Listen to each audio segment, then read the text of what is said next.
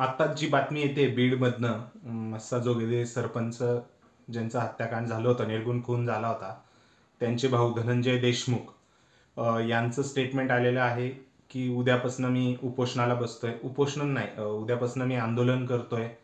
आणि ते आंदोलन म्हणजे दुसरं काही नसून मोबाईलचं टॉवर आहे त्या टॉवरवरती चढून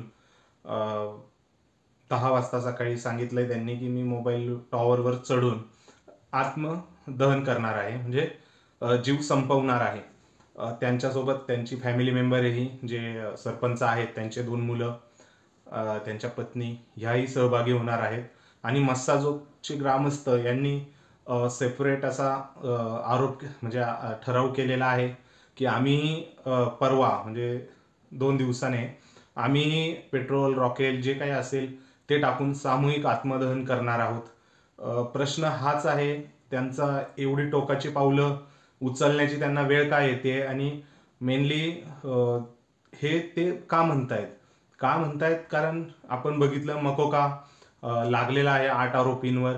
परंतु जो प्रमुख आरोपी आहे असं मस्साजोगचे ग्रामस्थ बोलताय, तिथले आमदार बोलताय, तिथले खासदार बोलताय बीड जिल्ह्यातले, आणि लिंकही लागतायत, तरी त्याला मकोकामध्ये घेतलं नाही. प्रमुख जो आरोपी आहे एकाला वगळलं गेलं, जे वाल्मिक कराड, आणि त्यांना वगळल्यामुळे हा तपास कुठेतरी वेगळ्या दिशेने चाललाय. आणि तो तपासही आम्हाला कळत नाही, कारण आम्ही विचारलं CID ऑफिसकडे की म्हणजे तपास कुठपर्यंत आलाय, किंवा यांना पुराव्याअभावी जर वाल्मिक कराड यांना वगळलंय तर पुरावे द्यायला आम्ही तयार आहोत. पुरावे का मिळत नाही? एवढं स्पष्ट गोष्टी आहेत. विष्णू चाटे यांच्या मोबाईलवरनं फोन झाला, CDR आहे तुमच्याकडे, सर्व यंत्रणा आहेत तुमच्याकडे. जर तेवढा जर तुम्हाला हे नाहीये, पुरावा भेटत नाही, आणि त्या अभावी जर तुम्ही त्यांना सोडताय, त्यांच्यावर गुन्हे दाखल होत नाहीये, तर नक्कीच आम्ही न्याय कोणाकडे मागायचा?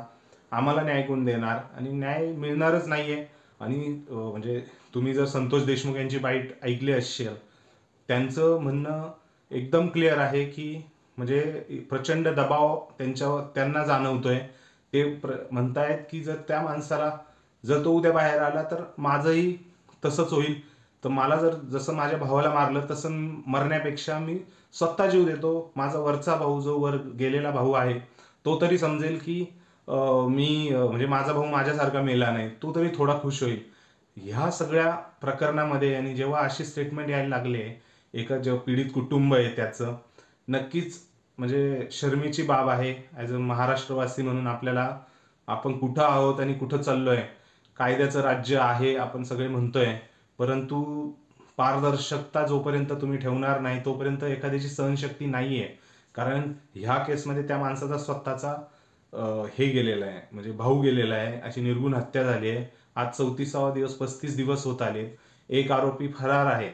तो आरोपी फरार होता आणि 2 वर्ष आधीही फरारच होता, फक्त तेवढा खून करण्यासाठी तो परळीत आला, बीडमध्ये आला, मस्साजोगमध्ये. सो ह्या सर्व गोष्टी खूप वेदनादायी आहे.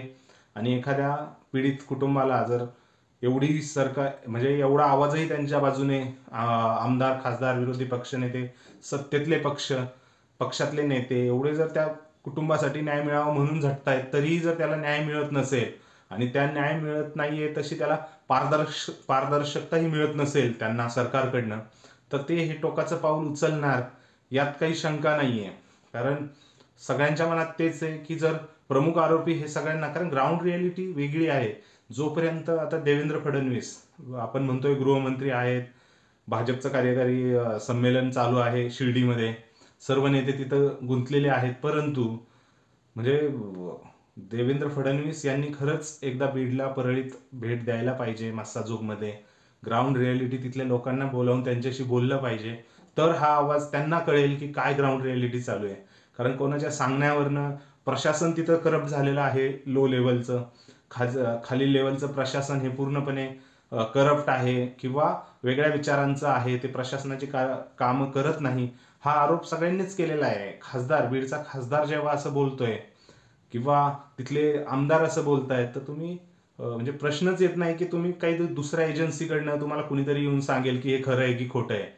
ऍक्च्युली मला असं वाटतंय महायुतीने जो चष्मा घातलाय की अढळ आहे आम्ही, म्हणजे जे मोदी साहेबां जे केंद्र सरकारमध्ये घडतंय, तसंच पावलावर पाऊल ठेवून कुठंतरी देवेंद्र फडणवीसही तसं वागायला लागलेत की काय असं वाटायला लागलंय, कारण केस ही वेगळी आहे. तुम्ही राज्याचे गृहमंत्री आहात, गृहमंत्र्यावरती गृहदल जे आहे त्याच्यावरती एवढे प्रश्न हे होत आहेत, तरी तुम्ही बीडला जात नाही, तुम्ही भेट देत नाही.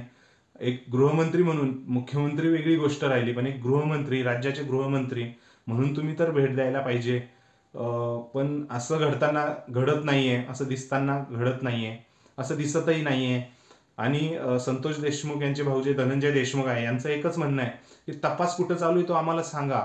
आम्हाला तर विश्वासात पटू द्या की कुठले पुरावे नष्ट केले जात आहेत का, तुम्हाला पुरावे भेटत आहेत का नाही भेटत आहे, त्या पद्धतीने आम्हाला तरी कळू द्या. कारण उद्या असं नको व्हायला की 2 महिन्याने सीआयडीने अहवाल द्यायचा की काही पुरावा नाहीये. वाल्मिक कराड काय जे आरोप होत आहेत स्थानिकांचे ते सर्व खोटे आहेत. त्यानंतर त्या माणसांनी काय करायचं, कारण त्यांना ग्राउंड रियालिटी माहिती आहे. त्यांचं म्हणणं कुठंतरी नोंदवण्यासाठी ॲटलिस्ट मीडियाला नका बोलू तुम्ही, परंतु जे सीआयडी पथक आहे, SIT आहे, त्यांनी कुटुंबाला तरी न्याय व्यवस्थित चालला आहे, योग्य दिशेने तपास चालू आहे, तपासामध्ये हे धागेदोरे मिळत आहेत, हे काहीतरी कुटुंबाला तर विश्वासात घेऊन त्यांना सांगितलं पाहिजे. कारण न्याय मिळाला म्हणणं आणि न्याय मिळताना न दिसणं, यासाठी पारदर्शकता देणं गरजेचं आहे. तुम्हाला जर वाटतं वेळ जास्त लागतोय तर पारदर्शकता तर द्या. आणि पारदर्शकतेशिवाय हे माणसांचं राज्य आहे, हे तुम्ही लोकशाहीमध्ये आहात आणि तुम्ही जर लोकांनाच खुश नाही ठेवणार, तुम्ही तुमच्या पद्धतीने काम करणार तर कुठेतरी, आणि ऑलरेडी प्रशासन त्याच्यामध्ये प्रश्नचिन्ह आहे, काम करतंय की नाही. आणि अशा केसमध्ये जर तुम्ही असं करताय, चुकीचं आहे. फडणवीस साहेबांनी ओळखणं गरजेचं आहे, वेळ आहे. त्यांच्याकडे एकदा तरी व्हिजिट द्या, तुम्हाला कळेल ग्राउंड रियालिटी. कारण नुसतं लोकांकडनं माहिती घेऊन आणि अशा प्रशासनाकडनं माहिती घ्यायची जिथं त्याच्यावरतीच प्रश्नचिन्ह आहेत, हे होणार नाही. तुम्हाला काय वाटतंय मित्रांनो, ते कमेंटद्वारे नक्की कळवा. ही खूपच शरमेची बाब आहे नक्कीच, की पीडिताचा एवढा खून झाला आणि त्याचे फॅमिली म्हणते की आम्ही जीव देतो कारण आम्हालाही त्रास होणार, आमची हत्या केली जाईल नंतर. सो मला तर वाटतंय खूप गोष्टी सिरियसली घेण्याची गरज आहे गृहमंत्र्यांना. का भाजपचं स्नेहसंमेलन चालू द्या, तुमचं पक्षाचं चालू द्या, परंतु जे एक प्रकरण हाती आहे, आज 35 दिवस झाले कृष्णा आंधळे, एक आरोपी फरार आहे, अवघड आहे. म्हणजे महाराष्ट्रात राहून महाराष्ट्र पोलीस जर एवढं शोधू शकत नाही, वाल्मिक कराड स्वतः सरेंडर होतात, बाब आहे, न्याय मागायचा कोणाकडे आणि बोलायचं कोणाकडे, म्हणजे अवघड आहे. काही गोष्टी आपण बोलू पुढच्या व्हिडिओमध्ये. तुम्हाला काय वाटतंय, तुमच्या भावनाही व्यक्त करा. व्यक्त केल्याशिवाय म्हणजे कुंभकर्णाला जसं जाग करण्यात येत होतं, तसंच आता सरकारलाही जाग करावं लागतंय की काय, असं कुठंतरी एकीकडे वाटायला लागलेलं आहे. तुम्ही व्यक्त व्हा कमेंट सेक्शनमध्ये, चॅनलला सबस्क्राईब करा. धन्यवाद.